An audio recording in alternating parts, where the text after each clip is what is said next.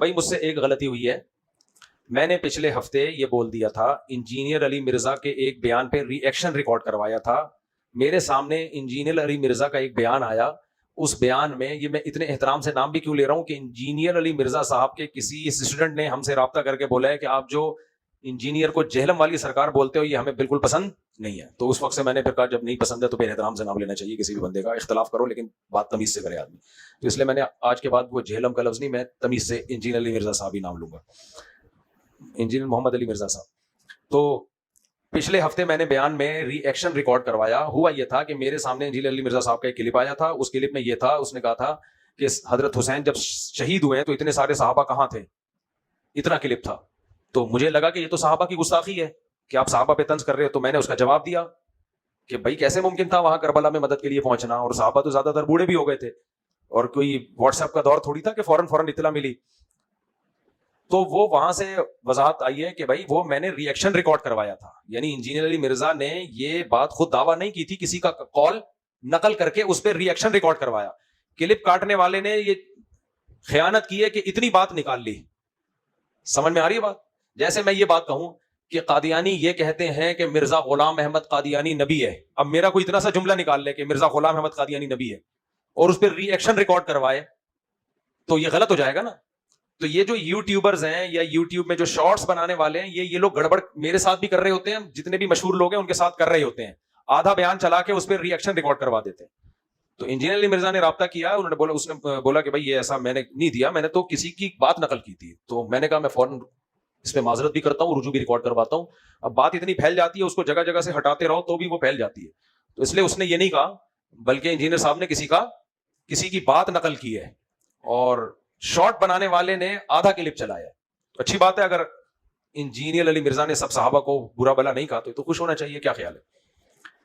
اچھی بات ہے. اچھا میرے بھائی, ہمارے مفتی صاحب ہمارے بریلوی احباب کہتے ہیں کہ ہم سنی, تو تم کون ہو؟ تم ہو کون؟ ہم بھی سنی. وہ کہہ رہے ہیں ہم سنی, تو کہہ رہے ہیں تم کون ہو؟ ہم بھی کیا ہیں؟ آپ سنی ٹن ٹناٹن. وہ نعت آئی تھی نا, میں ہوں سنی, نعت سنی آپ لوگوں نے؟ میں ہوں سنی ٹن ٹناٹن, آپ سنی ٹن ٹناٹن, ہم نارمل سادہ سمپل سنی. تو بس یہ فرق ہے. فرقوں کا نام نہ لیا کرو سوالات. اچھا میرے بھائی اہل سنت والجماعت ہی وہ فرقہ ہے جو جنت میں جائے گا. حدیث میں آتا ہے 73 فرقے میری امت میں ہوں گے, ایک جنتی 72 جہنمی. تو جو ایک جنتی ہوگا وہ اس کی علامت نبی نے بتائی, ما انا علیہ و اصحابی, جس پر میں اور میرے صحابہ چلے.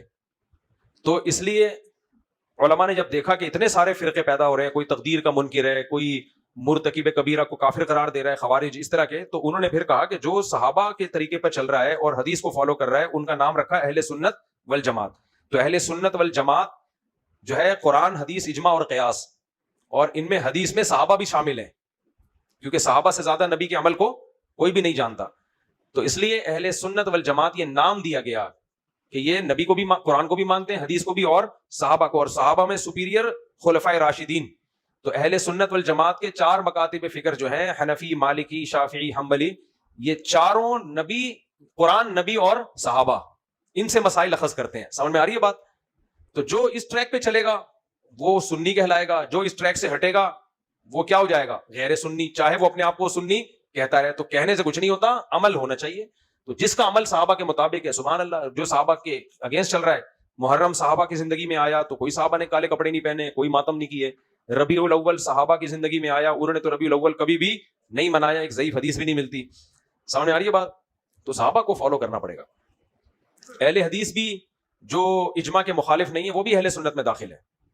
ہاں ہمارا ان سے اختلاف یہ ہے کہ آپ جس ٹریک پہ لوگوں کو لے کے چل رہے ہیں, اس سے فرقواریت بڑھے گی, تو اس منہج میں اختلاف ہے, لیکن بنیاد ان کی بھی وہی ہے جو چاروں ائمہ کی بنیاد ہے, قرآن, حدیث اور صحابہ. ہاں پریکٹیکلی وہ اس میں گڑبڑ کرتے ہیں, تو اس لیے ہم ان کو کہتے ہیں صحابہ تو 3 طلاق کو 3 کہتے تھے, تم 3 کو 1 کس خوشی میں کہتے ہو؟ ایک صحابی دکھا دو, کوئی ضعیف حدیث بھی نہیں ملتی کسی ایک صحابی نے بھی 3 طلاق کو 1 کہا ہو. ابھی مولانا محمد اسحاق صاحب ہیں, اہل حدیث کے کوئی تھے, اہل حدیث نے ان کو اپنی جماعت سے نکالا ہوا ہے, لیکن وہ اپنے آپ کو یہی کہتے تھے. ان سے جب پوچھا گیا کہ صحابہ تو 3 طلاق کو 3 کہتے تھے, تو انہوں نے کہا حضرت عمر کے ڈنڈے کا خوف تھا, حضرت عمر کا خوف تھا. اور بھائی حضرت عمر کے خوف ہوتا تو ممبر پہ حضرت عمر تھے, انہوں نے پوچھ لیا کہ آپ نے یہ 2 جوڑے کہاں سے لے کر آئے آپ؟ حضرت عمر نے قانون بنایا کہ 200 یا 400 درہم سے زیادہ مہر نہیں ہوگا. ایک عورت کھڑی ہو گئی کہ اللہ نے تو مہر میں سونے کا پہاڑ ذکر کیا ہے, آپ کیسے روک سکتے ہیں؟ وہ تو اتنے بہادر تھے, وہ بیویوں کو حرام کرنے لگے حضرت عمر کے کہنے پر. تو اس لیے اہل حدیث 3 طلاق کے مسئلے میں بالکل فارغ ہیں بیچارے, بالکل کیا ہیں, فارغ التحصیل ہے, کوئی دلیل نہیں ہے, کچھ بھی نہیں ہے. اور ٹی وی میں بھی جب بھی 3 طلاق پر بات ہوگی اہل حدیث کے سامنے کسی تگڑے بٹھایا ہی نہیں آتا. جی حضرت ارشاد. بھائی مائک دے دو یار. السلام علیکم. وعلیکم السلام. مفتی صاحب سے یہ درخواست ہے, میں اگر کسی سے رشتہ جوڑوں تو اس آدمی کا اچائی کا پہچان کروانے کا کس طریقہ سے ہوتا ہے اور کیا طریقہ ہے قرآن حدیث کا مطابق, اور بچہ کے لیے علماء کے لیے اگر رشتہ جوڑا جائے وہ عورت کس طرح ہونا چاہیے؟ شادی بیاہ کی بات کر رہے ہیں رشتوں میں.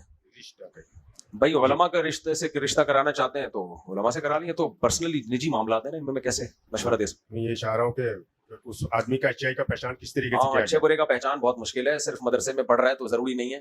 بعض دفعہ ماں باپ مدرسے میں اس لیے داخل کرتے ہیں کہ ان سے سنبھل نہیں رہا ہوتا, سمجھ آ رہی بات, وہ مدرسے میں لے جاتے ہیں بچہ, پھر سنبھل لیا تم سنبھال لو بھائی.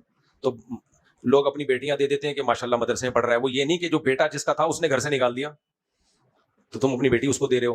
حضرت یہ رشتوں کے معاملات بہت مشکل ہیں, یہ فرشتوں سے پوچھیں آپ, میں پھر انشاءاللہ. فی الحال تو سوال جواب کا سیشن ہے نا.